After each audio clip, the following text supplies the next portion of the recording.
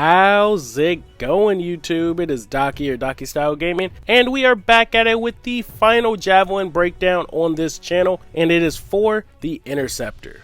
And I know I've been getting a lot of people asking where has been the Interceptor breakdown. Well, here it is, and in this breakdown we're going to be covering all things Interceptor, the melee abilities, the support abilities, the gear attachments, and so much more. So without wasting any more time, let's hop straight into this breakdown and feed some of you speed freaks hunger when it comes to information on the Interceptor. So like always, we will start with the summary of the Interceptor article from the EA site, and it starts: as the smallest and sleekest of the Javelins, the Interceptor is favored by Corvus long-range scouts, infiltrators, and assassins. But while it might not be the mightiest Javelin in your arsenal, its agility and evasion are unmatched, and it has more than enough power to bring the fight to anyone foolish enough to underestimate it. So that's the brief summary for the article. It's just giving you the basic rundown of the Interceptor, its speed, its agility, and that it's favored among the Corvus faction. And for those of you who didn't know, all of the Javelins were going to be tied to a story mission, tied to a specific faction, and the Corvus faction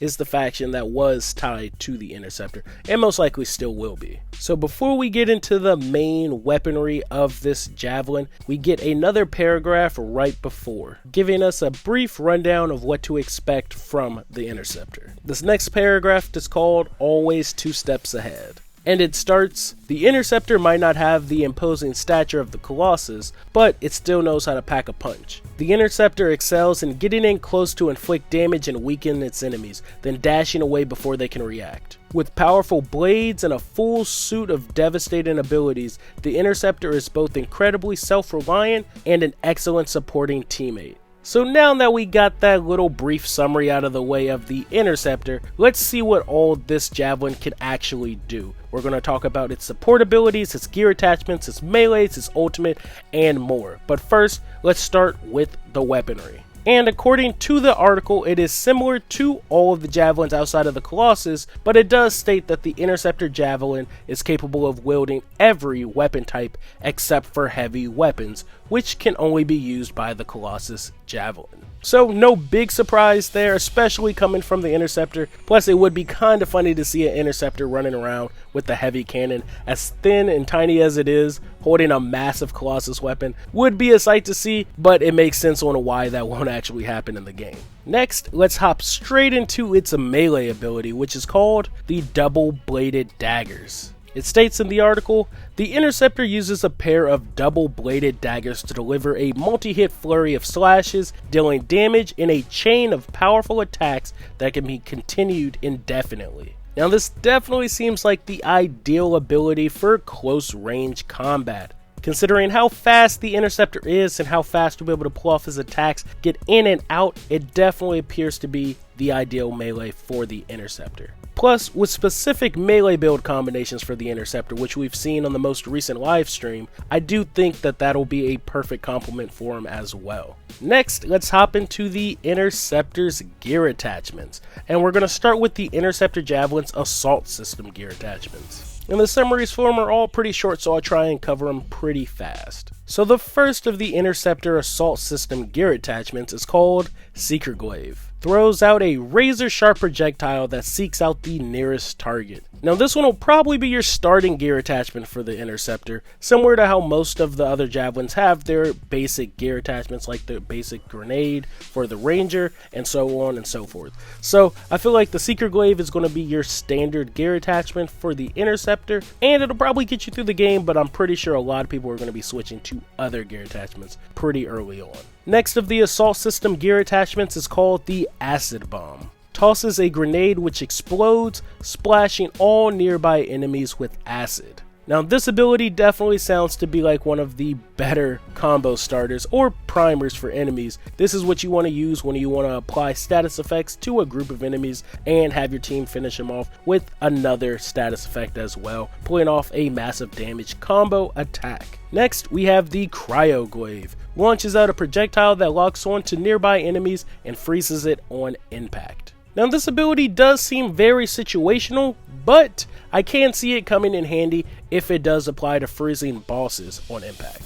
The next assault system gear attachment is listed as the Cluster Mine. Throws out a group of mines onto a targeted area which explode on contact with an enemy. Now this ability definitely seems to be more of his crowd control centric ability. Throws out a group of mines on the ground and they won't detonate until enemies walk in its path. So I can see Interceptors throwing this at choke points, throwing this at entrances, just so that any enemies that come in contact will essentially explode. And then the last of the assault system gear attachments is called the Spark Dash. Dashes forward, leaving behind a trail of electricity that damages enemies. Now if I'm not mistaken, I believe this is the ability we've seen in the very first trailer. We got our first look at the Interceptor when it did that spin dash in the air, because we did see a trail of electricity behind it, so I'm pretty sure that's the ability it is. Now again, seems like a very situational ability, but I can see it being good for, once again, melee builds with the Interceptor. Next, we are about to head over to the Interceptor Javelin Strike System gear attachments. And the first of these gear attachments are called the Star Strike. Charges an enemy with energy which explodes after a delay. The explosion deals increased damage if the target is destroyed before the full delay. Now this ability I can see being a relatively decent crowd control ability, not the best, but I can see this being thrown or placed on an enemy, and if you blow it up before he actually detonates and it's around a group of enemies, you'll be doing a pretty decent amount of damage. Hopefully some status damage which can help with combos, but I guess we'll have to wait to see till launch. The next of the strike system gear attachments is called the Plasma Star. And they're really going all in with all these ninja references, the glaives, the stars, shurikens, but let's get into the description of the Plasma Star. Tosses a plasma-empowered shuriken at a single target effective at long ranges. Yeah, I'm gonna say it here, nobody's gonna use that ability, especially with this next one that I'm about to discuss. The next strike system gear attachment is called the Nova Strike, and personally, it's my favorite for the Interceptor, and what I'll most likely have on if I do manage to play the Interceptor. Sends out a projection of the Interceptor which will attack enemies it comes in contact with. Now this ability definitely seems to be one of the best Interceptor abilities, but it does still leave some questions to be asked, like, will our projection actually deal damage, or is it just more of an aggro control to stop enemies from attacking you and just have them attack your projection? Similar to games like Warframe when it comes to Loki's Decoy or Nyx's Chaos abilities, where they don't actually deal damage, but it has the enemies fighting them, meaning they're not fighting you. But even if the projection doesn't deal damage, I can still see it being used a lot by most players in the game. The next strike system gear attachment is called Tempest Strike. A devastating single targeted attack that can stun smaller enemies. Now this one kinda just seems a bit on the meh side, but again I can see this coming in handy for, once again, its melee loadouts in the game. And then the last of the strike system gear attachments is pretty similar to every Javelin's final gear attachment, having to deal with acid, and this one is called Corrosive Spray. Sprays out a jet of corrosive acid that damages all enemies hit. Now this one definitely will come in handy. Like I said, anything that can apply combo status effects is always nice. Anything to help deal extra damage for your team is always a good ability to have, at least on one Javelin that you're going to be running with. But now that we got all of the gear attachments out of the way, let's start talking about the support abilities. And the first one is called the Target Beacon. Marks a target for increased damage which will switch to another enemy if the marked target is destroyed. Now we did see this in action in the most recent live stream where he used it on a turret to deal more damage to it, but we didn't see it switch from enemy to enemy, so I guess we'll have to wait and see how long the duration on this support ability actually is. Although I can see it being used for boss fights, especially in strongholds where you mark a targeted enemy, aka the boss, and then have your team deal extra damage to it. And then the last support ability for the Interceptor is called Rally Cry. And even though I can't say anything on the alpha, I feel like a lot of people are going to want to use this ability. Removes all status effects from all nearby enemies. And again, all I'm going to say is, yes, so much to that ability. So now that we've covered all of the Interceptor's support abilities, its gear attachments, its melee abilities, and its weaponry, let's get into the ultimate ability. And like always, I'll be covering it from both articles, from the EA Interceptor article, and then from the Javelin Ultimate Ability article, which actually gives us a lot more brand new information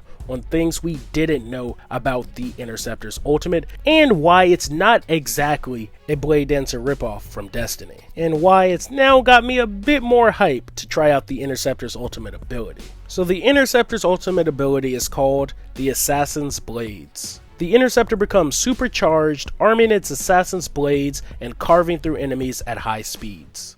And yeah, that's pretty much all it gives us, and when you hear that, it pretty much just sounds just like Blade Dancer from Destiny. But when we slide over to the Javelin Ultimate Ability article, we get a bit more information on what all the Assassin's Blades actually do. So just like the Interceptor article, it starts, the Interceptor becomes supercharged, arming its Assassin's Blade and carving through enemies at high speed. But it adds, each target hit by one of these melee attacks will be hit continuously by echoes of the original attack for a 10-second duration. This is a highly precise attack that lets the Interceptor choose his targets carefully and single them out for huge damage. Now, if you ask me, this does sound extremely awesome. So to break it down for you guys, pretty much if you haven't killed an enemy, if you hit that previous enemy 2 times with your ultimate and move to another enemy, you'll leave an echo of your previous self hitting that enemy however many times you had hit them, and the duration lasts up to 10 seconds. So if you really want to, you can target a single enemy and just do all the damage you want to and then leave, and it'll keep an echo of yourself dealing that same amount of damage you just dealt to them for 10 seconds. Which I'm not sure if that's a recent change, because I don't remember that being said anywhere, but if it is in fact a change, I am extremely happy to hear that, because now it makes the Interceptor's ultimate sound a bit more appealing. And now with his ultimate out of the way, we come to the final summary of the article, called Fast and Furious. With its lightning agility and powerful abilities, the Interceptor is able to turn overwhelming odds into certain victory. The Interceptor makes up for its scant armor as a true terror on the battlefield and is an excellent addition to your Javelin arsenal. So with that, that's pretty much all we got on this Interceptor breakdown. Now, of course, when the game launches, I might actually do a full video breakdown, because we'll actually get our hands on them, of each of the Javelins again, just so we can see all their abilities in action and know the official stats, times, duration, things like that on all of these different abilities. But for now, an article will have to suffice. So that's really all I got for this video, guys. Like I always say, thank you all for watching. You guys are the best. If you haven't already, go follow me on my social media accounts. Links to those are in the description. If you want to help support the channel, I do have a Patreon as well. Link to that is in the video description. And if you haven't already, I just started the 4th Anthem game giveaway, so go enter into that if you haven't. So with all that being said, I will catch y'all on the next video, which will be a brand new news and info video covering some brand new information and some things we got from the live stream that a lot of people really aren't covering yet. So I'll definitely catch y'all on the next one. Thanks for the love. Thanks for the subs. You guys are the best. Peace.